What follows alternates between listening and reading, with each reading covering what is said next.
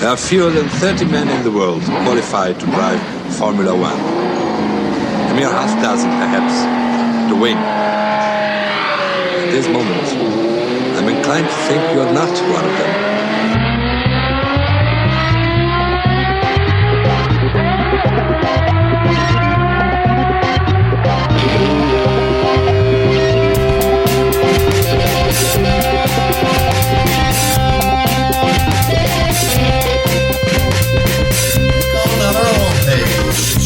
No, you want to. Keep up the good work, and there you have it. There you go. With the qualifying. Welcome to F1Weekly.com. My name is Clark Rogers. I'm the host of the program. I'll be joined by Nasir Hamid, my co-host. This is podcast number 1039, April 15th, 2024, Nasir. Thank you, sir. I say, machismo is all peaches and herb. Max will hang him high in Shanghai. Spaghetti culture coming to Indianapolis Motor Speedway. We shall explain gladly with gelato. Back to Il Padrino of podcasting. Thank you, Nasir. On today's program, Fernando and Aston Martin tie the knot till death do us part. Carlos is the logical choice for Toto. But there's pressure from the third party. Williams regret being nice guys after checking pocketbook balance. And this week's big reminder, of course, ladies and gentlemen, that you and I are very important, and we do need your contributions to keep this program up on the cloud. So please, click on the Support F1 Weekly tab. You know, you want to a slow weekend, a little bit of NASCAR. How you doing? I am doing very good, sir. Thank you. I am actually excited because I am, as we speak, on the left coast. So let me say greetings and racing regards from Santa Cruz. This weekend we are headed to the Peterson Museum in L.A., and the Long Beach Grand Prix with my friend, whom you have met, Mr. King James. And in La La Land, we are really looking forward to meeting F1 Weekly familiar members Tech Talk Tim and Eric Fernandez. And a few years ago, I was here. I was supposed to go there, but on the eve of the driving, I had food poisoning and I had to cancel that trip.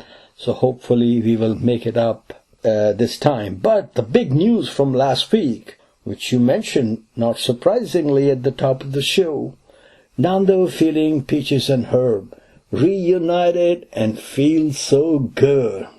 Are you happy about this, sir? Sure. It squelches all the fan dreams of him going to Red Bull or replacing Lewis Hamilton at Mercedes that might not be very competitive. So for me, this is the correct decision.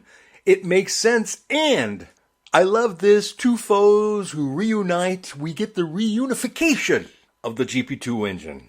Yes, between him and Honda still, now no more, still got the blues. So this is good. And you know, as they say, you meet the nicest and funniest people on Honda.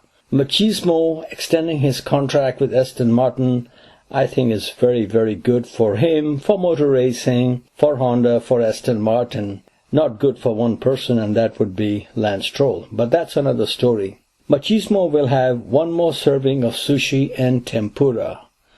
Let's hope he keeps his temper in check, because after all these years, a championship after championship winning engine package is coming his way. Where he is, Mr. Stroll's secret agent man. They've given him #1 status.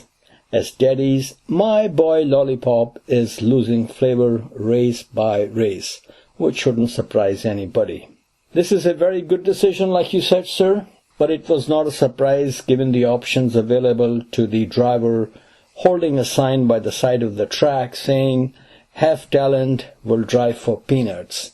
Not many people have approached him. Timing of the announcement was a surprise, so early in the season, but this is becoming more and more common. Honda and Alonso, they are no strangers in the night.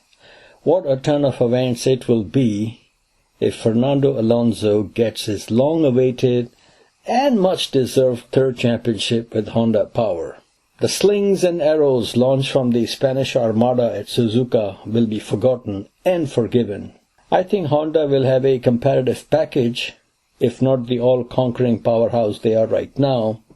And let's not kid ourselves, a large part of Max's success, apart from his immense talent, is from the mind of Adrian Newey. And Mr. Rogers, you're the first to know and realize I am a huge fan of Fernando Alonso. Oink oink! But I am excited El Grande size, because my 3 wishes these days are that in our lifetime we see championship number 3 for Alonso, championship number 8 for LCH, championship number 9 for Max. They are very capable of making this happen if they have tools of the trade. But as Alonso has said himself, 19 drivers already know they will not be world champion this year, and most likely it will be the same case in 2025. As we all know, sometimes the best laid plans go sideways. I am wondering what will happen if history repeats itself. Honda and Machismo are reunited, and for whatever reason the Honda Power unit is not competitive. Then the circus goes to the Japanese Grand Prix at Suzuka. Machismo is left by a Haas, and we hear on the team radio, GP3 engine, ah! This is what it sounds like when doves cry. Are you crying tears of joy on your hombre getting his hands on Honda engine? One more time. Of course I am. I love Fernando. Without the oink, mine is sincere and honest. And what's really hilarious is people forget that Lewis Hamilton was dominating with Mercedes from 2014 while there were other customers with Mercedes motors, that particular motor, and those customer teams did not win. Only Mercedes won.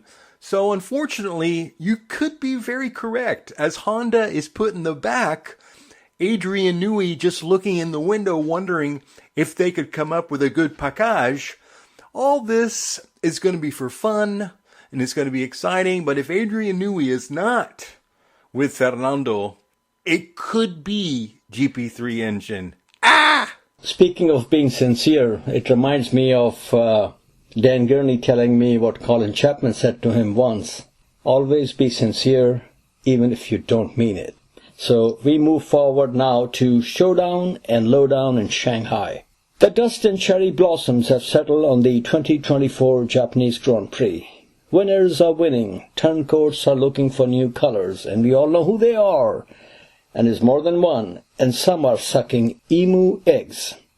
This weekend we have the Chinese Grand Prix for the first time since 2019, when Bottas was on pole, that long ago. And Shanghai is the track where Sebastian Vettel gave Red Bull their first Grand Prix win, I believe, in 2009. There has never been a racing track in real life or sim that Max did not like and perform well. He is looking for his first win in Chinatown, and I'm sure he would have won if we were racing there last few years. The competition is catching up. Collie was extremely close at Suzuka, but I think Max will pour hot sauce on the aspirations of 19 drivers after the first 3 laps of the Chinese Grand Prix. Mercedes in the modern era also took their first win in Shanghai in 2012, courtesy of Keke's kid Nico Rosberg. But the way things are going for Silver Arrows these days, they might as well relax by the Yellow River on Nando's copyrighted beach chair and enjoy some Peking duck soup. I am sure when Lewis and George open their fortune cookie upon arrival in Shanghai, it will say, "You know win." Do you think there is hope for anybody to win this race apart from Max? Well, maybe Bottas has good memories, could pull something out for steak, because, boy, their steak looks done. I don't know. You know, it's been so long since we've raced here. I certainly hope they've dusted the place, because FP1 is going to be very messy.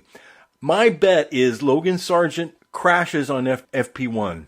Well, I think with Audi buying Sauber, Bottas' career is at stake. But we will see what happens in 2026. So you're very high on your fellow American, Mr. Logan Sargent. You know what's really hilarious is I even heard Damon Hill trying to give him advice, saying, don't try to be Max Verstappen. I mean, those two names together never came to my mind, so I give it to Damon Hill for being super creative. Indeed. Okay, Sainz winning in Shanghai. Now that will be a real pleasant surprise. Second win of the season for Carlito will be very cool. Prancing Horse won the very first Chinese Grand Prix in 2004 with the two-legged Rubinho. They have not won since 2013 with Ombre, who wanted somebody else's car as his birthday present. Signor Luca di Montezemolo made his wish come true and said, have your cake and eat it too. And who can it be now? The one and only Fernando Alonso. No matter what we do, no matter what we cover, somehow he's always in the conversation. We must love him very much at F1 Weekly. Correcto, sir? He's in the world's conversation. We're just a little tiny part. Yeah, very true, very true. We're just another brick in the wall. Okay, sir, Formula One, as we all know, is all about adding value. Since Alpine, Haas and Williams are not adding any value at this time, let's hope they add points to their total, which currently have lots of zeros. I mean, their total is beginning to challenge the F1 Weekly paycheck, which is impressive. What say you, amigo? Are you expecting any surprise, or do you think Max will hang 'em high in Shanghai, as I think? Yeah, I mean, it's going to be Carlito, maybe a little LCH if he's feeling good and he's in a good mood. But I think he's going to be pouting and having dreams of marinara. And yes, I mean, Williams is going to be a mess. Not only that, but they can't go flat out. And you know what's really ironic is, if you remember 2019 when we were last in Shanghai, See? the person that crashed in FP1 was your friend, Albon. Well, you know, he does not have the package to make things happen. And I know a lot of people are going gaga over him, and I wish him and everybody all the best. But, you know, he's not racing against Max or a recharge George Russell. He's racing against your buddy from Boca Raton. And we all know what happened when he was teammate to Max. Okay, I do know, still have that image of Lewis Hamilton spinning him out and causing Albon not to have his first podium. But you know who was ahead leading that race. So that's the point of reference for every driver these days. Hopes are high, obviously, to derail Max's gravy train. There's talk on street and the paddock that Ferrari will catch up to Red Bull with the upgrades coming soon. I think, and something I've said many times, catching up to Max is one thing, passing him is another baton march. I still say the likes of Carlito and Charles will need a car half a second faster than the Red Bull to keep Max behind till the checkered flag is waved. Now, I have a feeling the way things are, competition is catching up, mainly Ferrari, that we may have more than one win for Scuderia Ferrari this year. If Carlos Sainz Jr. is going to have more than one win, then it's only a matter of time that Charles Leclerc will grab a win or two also. But I am seriously doubting that anybody will be world champion other than Max. But I've seen big leads blown away in Formula One also, so you never know. Do you have any hope for a sort of a surprise world champion this year, apart from Fernando Alonso? None whatsoever. I just want to count how many times Logan Sargent crashes, and I want the camera on Vol's checking account. Yeah, you know, I read a headline which I did not go into details, which was just before start of the recording here, that Williams are now seriously considering replacing him. And I will not be surprised that if Kimi Antonelli gets the seat, so Toto can prepare him for Lewis Hamilton's replacement. And I think that I'll be surprised if Daniel Ricciardo stays in F1 till the end of the season. I concur. Okay, sir. Would you like to talk more about Formula One, or shall we move on to IndyCar racing? Well, I am scared about Formula One and where it's going, and I think it's going to affect the people that are in it right now. And The description from Adrian Newey on the 2026 rules and how they're frantically having to change things because in the simulator, it's pretty wild. So, and like Max said, keep it simple. The simpler, the better. But of course, they're going to make it super complicated and it's going to become unattractive to hipsters like you and I, Nasir. We're hipsters of the 60s, not 21st century. That's very, very true. And like I said, when I was reading the RPMs to keep up the generator that Adrian Newey was talking about, it made perfect sense for some really crazy, weird sounding racing that's not very Formula One-esque. I think Adrian Newey should be designing the 2026 car, not the clowns and funny people at the FIA. Well, it's this PCness going on. They should just go back to V10 screaming engines and maybe allow turbocharged. None of this MCH, MHU, DFC, whatever they have there. We don't need extra weight. We want racing cars to go fast, sound fast. And as Max says, just keep it simple, stupid. But, all we can do is bitch and moan. Nobody's listening to the little people, Mr. Rogers. That's why I threw my microphone away. That's good. Okay, sir, now we go to Prema to the Brickyard, IndyCar news. Italian Prema team, previously known as Prema Power Team, started in 1983 with Formula Renault. Today it is the big kahuna in all forms of European junior formulae. The team was started by Angelo Rosen and is run today by his son Rene, and we interviewed Rene a few years ago. Prema alumni include Jacques Villeneuve and the talent of all talents, Lance Stroll. The first Italian team at the Brickyard was Maserati, winning the Indy 500 in 1939 and 1940 with Wilbur Shaw. Ferrari also appeared at the Brickyard in 1952 with Alberto Ascari when the 500 was part of Formula One Championship. He would go on to be world champion at the end of the season. But his race at Indy did not last too many laps. I think he retired on lap 40, if I'm not mistaken. Sir, do you have any plans? I know you have never been to the Indy 500. Do you have any plans to go to the Indy 500 next month? No, none. Zippo, nada. Okay, I would highly recommend someday if you get a chance to do this thing, the speed at which these cars are traveling coming into turn 4, going through the straight. I mean, it's very, very impressive. You owe it to yourself. And I would, if I was you, I would keep an eye on the Greyhound.com. Sometimes they have deal, $99 return from San Ho to Hoosier State. That just might be your ticket. That's a good idea, Nas. Right now, I'm just waiting for the bionic implants in my body. So once I get those, I could just run over there. Oh, you can hop like a kangaroo. Exactly. Thank you. With the sound effects, when you hop with the bionic system, you have to have the boing boing boing. Yes, that would be very impressive. Gracias. The Boeing heard across the world. Mr. Rogers coming to Brickyard. Thank you, Nasir. And on that note, while we're jumping, why don't we take a quick break, and we'll be back after these brief messages. Hi, I'm Elio Castroneves, 4-time Indy 500 champion, and you're listening to F1 Weekly. Clark, this conversation took place last Saturday in beautiful Black Hawk, California with Howden Ganley, and what a story this is. He left his native country, New Zealand. He raced it a little bit with only $50. And he was telling me about his journey, He went on a ship through Suez Canal, landed in Lisbon, took a bus to London, and he had one thing on his mind, to become a Formula One racing driver. And he was a mechanic. He worked for McLaren. He was crew chief to Peter Revson, did some Formula 3 in England, then made it to Formula One. And then he also started a car company, Tiga Racing Cars, you'll probably remember, with Tim Schenken.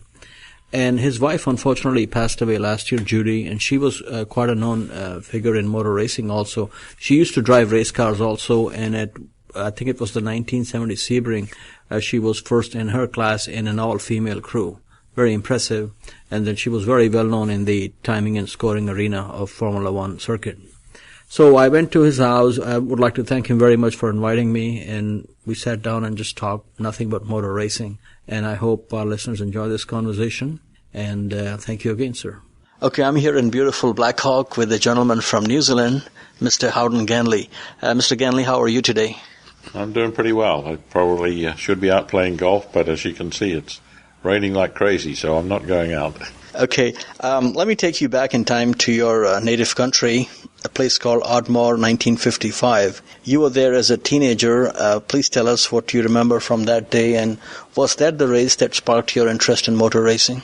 Yeah, definitely. I didn't really have any interest up to that point. I was interested in sailing. We lived on the edge of a lake in Hamilton, and I sailed most weekends all through summer. But I guess we were off at the beach house. My father was going to Ardmore, and my brother was going, and so I thought, well, I'll just tag along and see what it looks like. When those Grand Prix cars came around the corner for the first time, I was just flipped my life. Yeah, it was just so fantastic. I thought, by the end of the day, I said, oh, forget the sailing, I'm going to be a Grand Prix driver. Now, in that race, do you remember anything? Were there some drivers who made it to Formula One?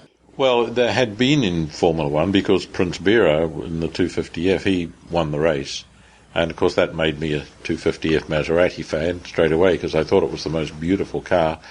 Tony Gaze was there in a Ferrari, and Peter Whitehead was also in a Ferrari. Jack Brabham at that stage hadn't come to Grand Prix, but he was driving a Cooper Bristol pretty energetically. He's one who certainly did. That would be the standout one, of course, three-time world champion, and he hadn't even been to Europe at that stage. Now, in those days, how would you follow Formula One racing living so far away from Europe? Well, my father subscribed to Motorsport magazine, so of course after that I started looking at his magazines. I mean, they had that beautiful colour, that supplement, photographic supplement in the centre. And so I learned about Fangio and everybody. But I think the New Zealand newspapers, once the New Zealand Grand Prix had started in 1954, then they took much more of an interest in motor racing. So you got the race reports, pretty brief ones, but there was a lot in the newspapers about it. Did you have any racing heroes growing up once the racing bug got to you? And any particular race or driver that stands out while you were a teenager? Well, Stirling Moss became my instant hero, I guess, because of 1955, and then he just signed with Mercedes, and then I started reading about him, and he was of an age that I could identify with, perhaps more than some of the older guys like Fangio, although, of course, I recognise that Fangio was the absolute master. And while I was at school, then I wrote to Stirling, and I got an autographed photograph from him, which I still have.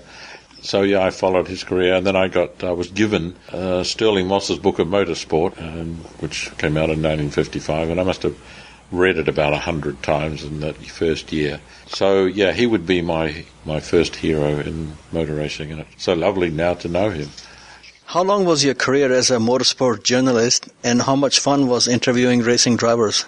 Well, my journalistic career at that stage was extremely short because I left school, I guess, when I was 16, and I got a job in the local newspaper. And of course, all I wanted to do was write about motor racing.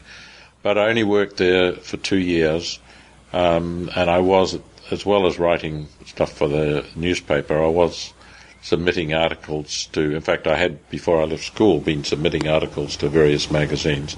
And then when I came to England and worked as a mechanic, I continued to send stories back to magazines in Australia and New Zealand.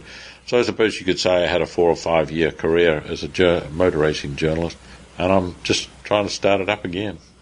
Did you interview any of the famous drivers of your time? I was much too shy to interview anybody. No, I didn't. Okay, you talk about England. In 1961, you were sailing there loaded with $50 from what I understand. Please tell us about this journey and what kind of dreams were you harboring at this stage of your life?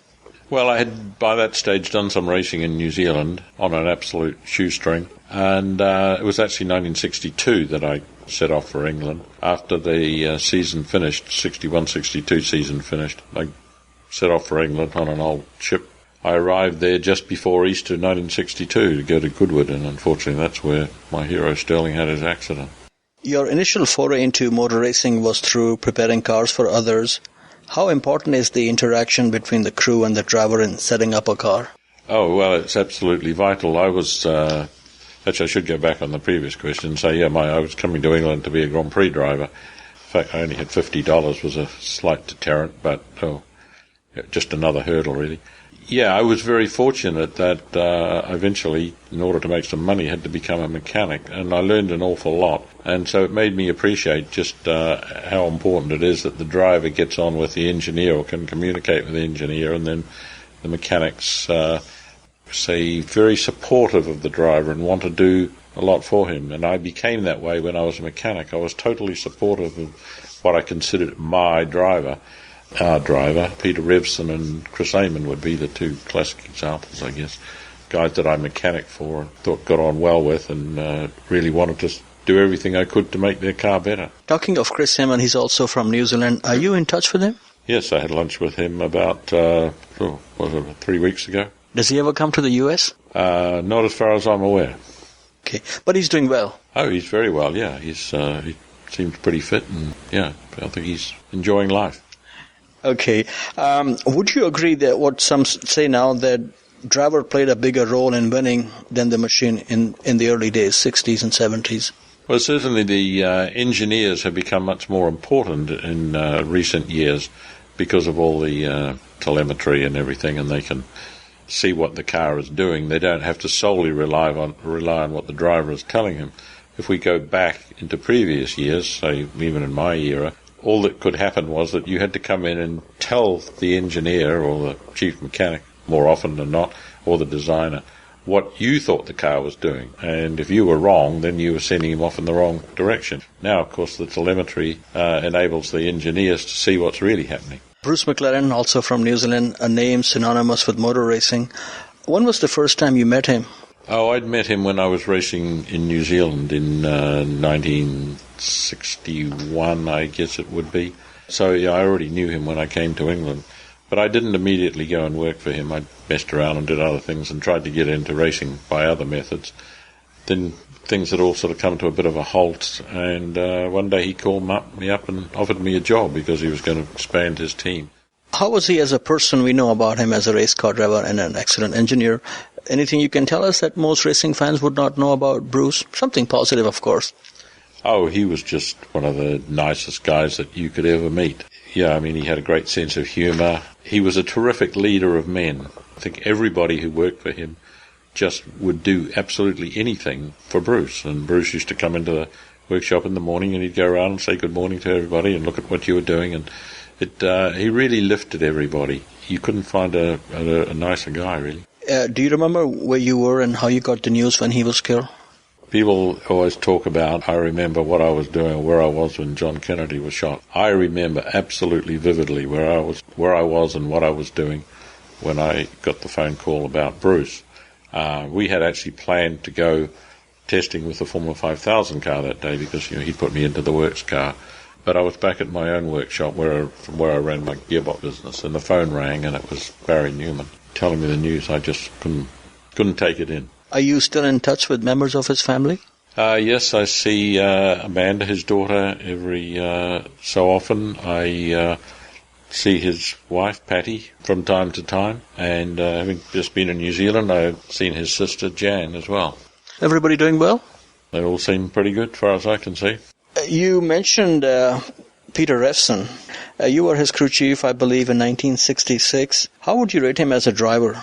Oh, I certainly thought that he was going to go a long way. I'd seen him, I had actually met him when he was over in Europe doing Formula One in his first go at it with Tim Parnell. Yeah, then when I came to work for him, I could see, I thought he would certainly get to Formula One. He had that ability. He was going to get there. But of course it took him quite a lot longer, from 1966, I think, until, end of 71. He had his first drive with Tyrrell, if I'm right, and then went to McLaren's in 72. Given his profession and connection to cosmetic company, was he really a ladies' man as per the reputation? Well, I was only his mechanic, so I don't know, but he sure was a good-looking guy. How much money he had was another matter, I don't know. But, yeah, for sure, he must have been able to attract some very good-looking ladies. Yeah, that's what I hear all the time. 1967, you were driving a Brabham BT21 in British Formula 3. Were you the driver, entrant, and sponsor? Yes, I had, through working for McLaren's and then being seconded to Ford and then working for Peter Revson, I'd finally saved up enough money to buy a brand new BT21.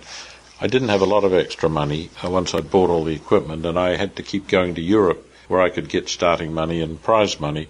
And then I'd come back, when I had gathered a little bit of that, I could come back to England and do a British Formula 3 race, because you didn't get any starting money or no worthwhile prize money in those.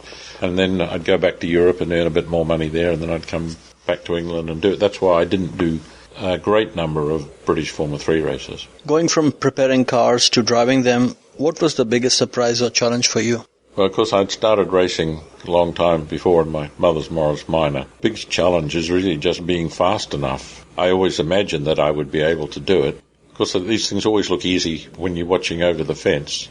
So it was just a gradual evolution, and I don't think anything ever surprised me greatly. Now, talking about speed, when somebody gets into motor racing, the speed you have is the speed you keep, or a driver can learn how to go fast? Yeah, I think you can learn to go fast. Perhaps Graham Hill was one of the world's greatest examples. You become accustomed to speed. Well, it's a bit like people you see on the highway. They get used to going down the highway at 70 mile an hour. When all the traffic comes to a halt, they don't realise how much it's slowed down. And you get that way in racing. You at Le Mans, for example, I always said that you go down the Mulsanne Straight. Those days when I raced, they didn't have any chicanes. After a while, it seems so slow. You think you could get out and walk alongside the car, because everything becomes slow motion for you. Who were some of the drivers you raced against in Formula 3? Ronnie Peterson, Rainer Vassell, Francois Sever, Tim Schenken.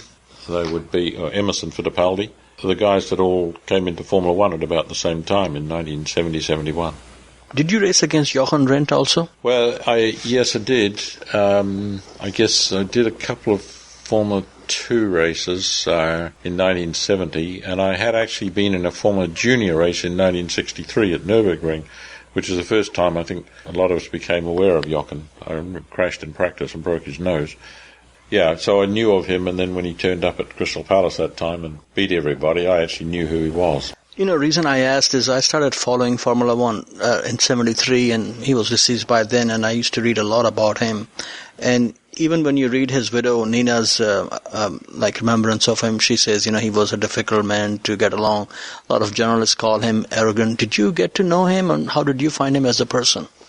Well, I knew him a bit because I had... for one race mechanicked at Winkelmann Racing, and Alan and Jochen were good friends, and I used to be around the Winkelmann workshop a bit. And Jochen was in and out of there, so I got to know him there. And in fact, at the end of 1969, he asked to see me and discussed whether I would, if I went to Team Lotus for Formula 3, then he said I'd probably finish up in his Formula 2 team. So yes, I don't think I knew him very well, but I knew him enough as a friend to talk to. He was okay to deal with as far as you are concerned? Well, he was, I can understand why people might think that Jochen was awkward. He had a manner about him, but I think underneath he was fine. But I was dealing with him or meeting with him in a different relationship. I wasn't his team owner, so it was a much easier friendship, if you like. In those days, drivers were not only competitors but also good friends. Rindt and Stewart, a good example. Did you develop personal friendship with some of your drivers, including Formula 3 and Formula 1? Well, Tim Schenken and I became quite good friends. We met in 67 when we were both doing 1000cc Formula 3. And we just seemed to get on well with each other, and eventually we bought a house together, and our careers followed very similar paths. And then later on, of course, we started Tiger race cars, racing cars. But at the same time, I became quite good friends with Rainer Vassell, because he spoke good English. I didn't speak any Swedish till later when I had a Swedish girlfriend. And then Ronnie Peterson a little bit, but Ronnie was a little bit shy. I became sort of friends with Francois, really, when we drove together at Le Mans for Matra. I don't think I ever became particular friends with Emerson. I mean, I knew him and say hello to him and all the rest of it, friendly enough. But, yeah, Tim was probably the outstanding one. How was Sever, a real good-looking guy like Refson? How was he to deal with? Oh, Francois was a wonderful guy, yeah. He was so intelligent, great sense of humour again. Yeah, we got on well together. So it was devastating when he had his accident at Watkins Glen. That really not me for quite a bit, for 6. But yeah, you could see why Francois could attract the ladies. He had everything going for him. And how was my man, Ronnie? I was a huge Ronnie Peterson fan. How was he as a person? Oh, well, Ronnie was very laid back. He was two different guys, Ronnie. You know, he was sort of just Mr. Average, friendly, laid back guy out of the car. And when he got in the car, he had all that wonderful car control and balance. And he was fantastic. Of the drivers you raced throughout your career, who were the drivers you thought were really good? And especially guys who did not end up winning world championships, because a lot of time good drivers don't get the right breaks. Well, the outstanding example for me was Chris Amon. That, as I saw it, he was the one guy at that time, possibly plus Dan Gurney, but Chris could go head-to-head with Jim Clark and beat him. Then somehow, amazingly, it just didn't go right, but he was outstanding. And of course, of the others who all think, wow, these guys are all pretty good, they're hard to beat. 1970, driving a privately entered McLaren M10, you were second in the British Formula 5000 Championship with 10 podium finishes. What was the highlight of the season for you, and were you frustrated that you did not win a race? Well, yes, you probably read that I didn't win a race, but that's not true. I won at Alton Park. And I did win one of the heats at Castle Combe. I don't know why it's gone down in history as I didn't ever win one of the championship rounds. Well, that was a big break for me because Bruce McLaren gave me a Formula 1 test at the end of '69, and after the test he said, right, I'm going to put you into Formula 1 in a year's time, but I want you to do a season of Formula 5000 racing. And so it was effectively a works car, but the running costs were provided by Bruce's next-door neighbour, Barry Newman. Yeah, what did we do? We did 18 races. I think we finished 16 and were never lower than 4th. It was the European Championship, actually, not the British Championship. And I suppose the highlight, setting the new lap record at Castle Combe, which stood for goodness knows how long, many, many years, and in that dice with Peter Gethin. Pole position at Anderstorp, and the way we did it, we just go out, do a warm-up lap and do a time and then come and sit. But I suppose in the end, winning at the 5,000 part of the Gold Cup was the most memorable because then I got to ride around on the victory lap on the wagon with John Surtees, who'd won the Formula 1 section. And of course I was very shy and they were sort of tugging my forelock and saying, oh, hello, Mr. Surtees. But later on, as I've come to know John, I think he's a great bloke as well. You mentioned Anderstorp in Sweden. You know, I took a trip there last September because I wanted to see Ronnie's home track. I've never seen so many trees in my life. How did you find the place and the track back in those days? I mean, how do we physically find it? No, in terms of did you like the track? I mean, out in the boonies? I liked the track. I went there first, one of the first ever races they held there in Formula 3 in 1968, and then I went back in 69 in Formula 3, and then 1970 in Formula 5000. And I discovered that if you really attacked those corners, they had slightly banked corners, you could get a good time. So, it was a track that suited me. You were second at Monza, and I hope I have this information correct. How special is that place for a driver, and what was it like without the chicanes? Well, when I went there in Formula 5000, which I guess is what you're referring to, the second place, and we were sort of walking wounded at the end, but I didn't find it terribly interesting because you just drone down those long straights. When we went back there the following year in Formula 1, and then there was the multi-car dices, then that was really pretty exciting, a lot more enjoyable. You just drove the thing as hard as it would go, whereas in Formula 5000 you always trying to nurse the engine along because of the heat, and the Chevy engine used to overheat and then it would crack the cylinder heads, so you had to be careful. You weren't going flat out. You finally arrived in Formula 1 in 1971, 10 years after sailing from New Zealand. Please tell us some behind-the-scene wheeling and dealing that brought you to the house of BRM. Well, having had the second place in the Formula 5000 Championship, didn't seem like a good idea to go any further. And BRM were having a bit of a driver shuffle. I very nearly went to March, but apparently Bruce McLaren had mentioned me to Louis Stanley, and Barry Newman was a good old entrepreneur. So he talked to Louis Stanley about me, and I actually went there really as the number 4 driver, just to see how I went. John Miles was taken on. Then John and I were to do the non-championship races, so I was going to be really a bit of a dog's body at the end. But fortunately, then I had a couple of good races, and all of a sudden I was the number 3 driver. And of course they were running 3 cars full time. Now, Louis Stanley was quite a character. Somebody said of him recently in a magazine, actually in Motorsport, that he thought he was Enzo Ferrari of England. And Niki Lauda also had a few things to say about him. How did you find him as a person and team owner? Yeah, I think he did. Did I say it was the Enzo Ferrari of Britain? That was something that I've always thought. BRM were really the Ferrari of Great Britain. That they were the ones who made their own engines, gearboxes, everything, and so they were a fully fledged constructor. Louis Stanley was a bit of a mixed bag. He was not the easiest guy to drive for, and you could go in and out of favour. I was never quite sure why. And so eventually I decided I couldn't stay there any longer, and after 2 years I then moved on.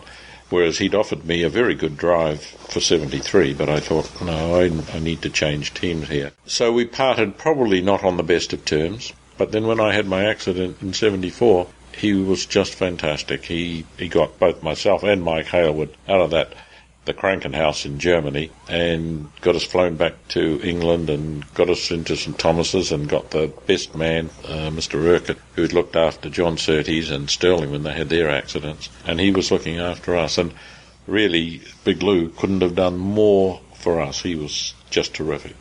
Oh, good to hear that. Now, it was around this time you met a Stanford-educated racer and a lady who became your wife, and sadly Judy passed away last April. Will you please share with us some remembrance of her and where you first met her? In 1971, I had a call from Patty McLaren telling me that she had this very good friend coming over to stay with her for a while, and they were going to come to the races because Patty was still the team owner or whatever portion of the team she owned there.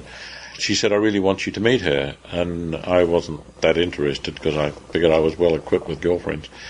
So eventually Patty kept chasing me up, and at the Spanish Grand Prix I went up to the McLaren compound and I met this lady, but that was it, we just met. And then I came to Riverside at the end of that season to drive the Can-Am car, BRM Can-Am car. And this very nice lady came up and started talking to me, and I realised it was the same lady from Barcelona. Anyway, a night or so later, with a bit of prompting from Jackie Oliver and his then wife Lynn, I took Judy out to dinner, and our relationship just developed from there. And I'm just so lucky that I married her eventually. I mean, it took a little while, a few humps and bumps, but we were married in 1975. So we're married nearly 32 years, and I could never have found a better wife. She was just words kind of fail me, really. She was so fantastic. She was so talented. She could do absolutely everything. She was just a beautiful human being. I've seen her in videos of, especially at Monaco Grand Prix, working the stopwatch. She was quite an expert on timing and scoring, right? She was she could do absolutely anything. She had a very high IQ. She was a member of Mensa, for those high IQ people. And she could time a huge number of cars on one watch, and she could do a lap chart. And I've seen her at least twice do the whole of the Le Mans 24-hour, never get off the stand, sit there and do a lap chart. And now what concentration does that take? And so, she was a great timekeeper, and a great lap charter. And I reckon her lap chart of the 73 Canadian Grand Prix is the right one. Yeah, that's coming up in my next questions. 1971 Italian Grand Prix. I was talking to a friend of mine last year, I think, and he asked me a question. He said, of all the races run in the history of motor racing, Grand Prix motor racing, if you could go back in time, what race would you want to be at? And I said instantly, Monza 71, and you were in that race. Tell us about that event, please. Well, I'd qualified on the second row. According to several watches, I had a time that was much quicker, which would have put me on pole, and I was complaining to Tim Parnell when the times came out. I said, get up there and sort that out, Tim, because you got all the times and the other team had it. Anyway, he said, no, chap, you'll be all right. Anyway, and he turned, that was good advice, because when I thought the chap had been holding the flag up for long enough, I just dropped the clutch. As I was going through between the two guys on the front row, which was X and Eamon, I thought, oh dear, I've jumped the start by too much, I'll be penalised. And at that moment, Clay Riggers only came past me from the fourth row. So I figured, well, I'm dead safe now, because if they can't get me without getting Clay, and they're not going to penalise Clay. So then off we went, and, we were slipstreaming away. Unfortunately, my engine deteriorated somewhat. I kept trying to keep it as cool as possible, but I don't know what was going wrong with it. So I was clinging onto the back there. Then I lost the rear brakes and nearly had a couple of accidents. So that was a bit frustrating. And at the end, I thought, well, these guys, the other four, because the pace got slower and slower and slower, and I could see this BRM coming up behind, and I thought it was Joe Siffert. And I'd fallen out of the leading bunch at one point earlier on in the race, and Joe came along and towed me back up to them. So I thought, well, there's no way I can win because my engine's basically gone here. So what I should do is try and drag Joe up into the leading group, because, he's catching up. Obviously his engine's okay. He'd had a bit of a gearbox problem earlier on. So I dropped as far back off the group, the other four, as I could go. So to give a tow, because, you can tow from 200 yards back. And so I helped to drag this BRM. I was somewhat surprised when the BRM arrived, and it wasn't Joe, it was Peter Gethin. But, all I'd done is sort of cost myself. If the pace had kept up, I guess I'd have been at least fourth. By dragging Peter up, I pushed myself back down a place, which is a pity, but whatever. So, yeah, I thought they would all run into each other at the last corner. So I was on the power way early, and they were bouncing off each other, but then they just accelerated me. Yeah, I was reading, this was Peter Gethin's first and only win, and some years ago I was reading his interview, and he said, it was so close that intentionally he raised his hand before the checkered flag, so, this being Italy, he thought they'll think, this guy won. Was that the most exciting race you were ever in?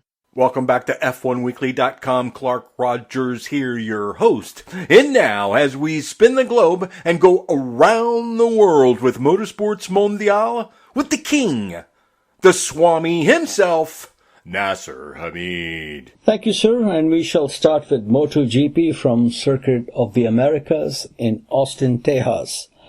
Maverick Vinales was the winner for Aprilia.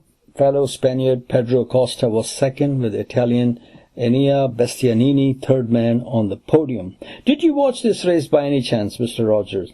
No, I did not. I was too busy gardening and working under the beautiful skies of California. Yes, sir. I am also moving around, so I did not watch, but I did watch the highlights on YouTube. The Toto track is very beautiful. I really like this track. So the championship leader is another Spanish rider, Jorge Martin, on 80 points. Bastianini is second with 59 points, and Vinales third with 56 points. And I think we mentioned last week that Liberty Media has also purchased the commercial rights for MotoGP, and there is talk, especially from LCH, and I agree with him, that a doubleheader with Formula One and MotoGP, especially in Texas, would be fantastic. What say you? Well, there could be problems as well. Those are two kind of audiences, because there's a big turnout for MotoGP, and then there's a big turnout for Formula One. Can you actually combine that? And what would you call that turnout? Mega huge? Or it could be like the British and the Italians in a soccer match, and then the bar fight begins. No, they will call it the Texas-sized crowd. And it can be done, but what the good news for Liberty Media is they can jack up the prices even more. And we haven't even gotten to Vegas yet. Exactly, but I think Vegas prices will come down from the stratosphere where they were last year, because there was a huge drop in 3-4 days before the race day. So, but we will see how it works out. Okay, next round of MotoGP is at the end of this month at Jerez de la Frontera. Dr. Miguel and I were at this track many moons ago. Actually, it was the first Formula One pre-season test with the hybrid technology, hybrid engines, and I will never forget how disappointed I was in the sound of those engines. And at the airport, this really made up for it. At the airport, we had a brief but interesting chit-chat with Charlie Whiting. He was also leaving, and Jerez Airport is now JFK, so it was easy to talk to him. And the track is very nice. And, they had a fantastic duel between Senna and Mansell in '86. And for that, I will always remember this track. Okay, sir, Formula E from Misano Adriatico. They were exciting the Italians past weekend. Winners were Oliver Rowland in race 1 for Nissan. And Oliver Rowland is a very good talent, much better than quite a few who have been in and out of Formula 1 in late years. But his crime was he was not related to the Strolls or Latifis of the world. Race 2 winner was one-time F1 racer and one of our favorites, Pascal Wehrlein for Porsche. Michael Andretti's driver Jake Dennis was second, and next round is at the end of this month in Monaco. And sir, good news on Heikki Kovalainen. He had his heart surgery and he's now recovering at home in Finlandia. So we wish him full and speedy recovery. Would you have a message for Formula One's one-hit wonder? Absolutely. Get well soon, buddy. Don't worry. This is the most important race of your life. Exactly. And you know, he comes from a town called Suomussalmi or something like that. And it is on the northern fringes of Finlandia. And you can imagine how cold it gets. Okay, sir. Now we have some sad news, and I was very disappointed to hear this information because of where it happened. And this is regarding a rider named Pat Hennen. Now, as we all know, United States have produced and made a big impact in the world of MotoGP, from Kenny Roberts of Modesto, California, to our favorite Kentucky kid, Nicky Hayden. Steve Baker from Bellingham, Washington, started the championship-winning tradition in 1977 on a Yamaha for the US of A. Then came King Kenny, winning the World Championship in 1980, also with Yamaha. From 1983 to 1993, this was the decade of American dominance. In between, the only non-American world champion was Australian Wayne Gardner in 1987. And listen to this, Mr. Rogers. Freddie Spencer from Louisiana took the title in 1983 and 1985 with Fernando Alonso's favorite manufacturer, Honda. Eddie Lawson from L.A., SoCal, was the world champion 4 times, in 1984, 86, and 88 with Yamaha, and in 1989 on a Honda. Then Wayne Rainey, who now lives within stone throw away from Laguna Seca. He went 3 in a row with Yamaha between 1990 and 1992. Then in 1993, Kevin Schwantz won on a Suzuki. Next American MotoGP champion was Kenny Roberts Jr. They used to call him KRJR in 2000 on a Suzuki. The last American champion for Honda was our favorite, Nicky Hayden. And I am very pleased to say I saw him win his first MotoGP race on home soil at Laguna Seca. Now this brings us to the very first American rider, Pat Hennen, to win in MotoGP level competition. He sadly passed away in California on April 6. He was 70 years old.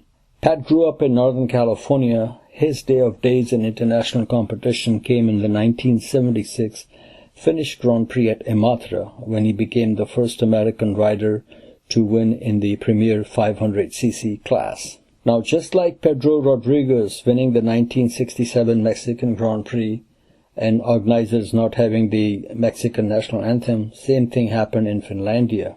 At Kyalami, they played Mexican Hat Dance for Pedro winning, and I wondered if they played I Feel Good by Brother James Brown for Pat. Pat also won the 1977 British Motorcycle Grand Prix at Silverstone, on both occasions riding for Suzuki. His racing career was cut short by a serious accident and head injury at the 1978 Isle of Man TT race. At the time of his death, it's reported that he was living in San Mateo, which is right up the road on Highway 101 from the Palatial Studios in San Jose. Our condolences to Pat Hennen, family and friend. And sir, the reason I'm sad that I wish I knew he was in this area. And then San Mateo, how far is San Mateo from where you are right now? 20 miles? Yeah, we could have gone and spoken to him, and because I do appreciate people who get outside their box or their own zip code and try new things far away from the comfort of home life. You know what I'm talking about? I do know what you're talking about, Nasir. Yeah. So once again, our condolences to family of Pat Hennen on his passing. Okay, sir. Before we go into famous last words, anything you want to say about the upcoming Long Beach Grand Prix or the Chinese Grand Prix or your favorite Le Nesca? Well, the Long Beach Grand Prix will be interesting. There'll be a lot of vintage racing. I believe there could be Formula 5000. You might even get Indy, vintage Indy, some Panos, some karts. So it should be very, very fun. And of course, the crowd is going to be awesome, Nasir. You'll get a lot of photographs and you'll have a really good time. Yes, sir. The plan is this. My friend and I were going to drive. He's working on Friday. So after late Friday afternoon, we're going to drive down to SoCal. And Saturday, we are planning to go to the Peterson Museum. And I've never been there, so I definitely want to go there. And then we'll go to the race, Long Beach Grand Prix on Sunday. And this is something Jimmy and I and a couple of our other friends, and back in the day, we used to drive every year and have a good time. I sent, apparently Zach Brown will be there. So I sent a contact to, Zach Brown is involved with Indy cars, Formula One, has United Autosports. So I sent an email to our contact in England, and she said that he's not racing there through United Autosports, but she will forward my message and request to their IndyCar operation. And she was very kind enough to say that if for some reason it does not work out, let me know, because, I will be at the Monaco Historics, and I'm sure Mr. Brown will be there. So we'll try to hook up with him. And I also reach out. One good thing is Romain Grosjean is now driving for Juncos Racing, Ricardo Juncos, this guy from Argentina who owns a team here, and IndyCar Racing. And his PR lady, who is also from Argentina by the name of Amira, she has been very cooperative, and she said that I will try my best to get you a slot, 10-minute with Romain Grosjean, which may or may not happen. But, a lot of things are also happening on the background, and that will lead to bigger and better things for us down the road, and we're talking about down the road this season. So we will give update as and when things are confirmed. Shall we move on to famous last words now, sir? Yes, sir. The plan is this. My friend and I were going to drive. He's working on Friday. So after late Friday afternoon, we're going to drive down to SoCal. And Saturday, we are planning to go to the Peterson Museum. And I've never been there, so I definitely want to go there.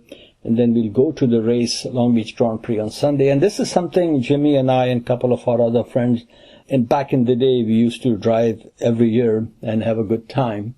I sent, apparently Zach Brown will be there. So I sent a contact to, Zach Brown is involved with Indy cars, Formula One, has United Autosports. So I sent an email to our contact in England, and she said that he's not racing there through United Autosports, but she will forward my message and request to their IndyCar operation. And she was very kind enough to say that if for some reason it does not work out, let me know, because, I will be at the Monaco Historics, and I'm sure Mr. Brown will be there. So we'll try to hook up with him.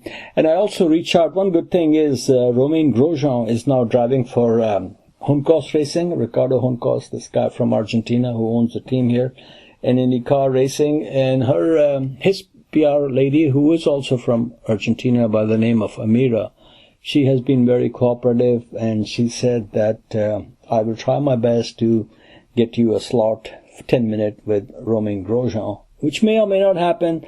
But, a lot of things are also happening on the background, and that will lead to bigger and better things for us down the road, and we're talking about down the road this season. So we will give update as and when things are confirmed.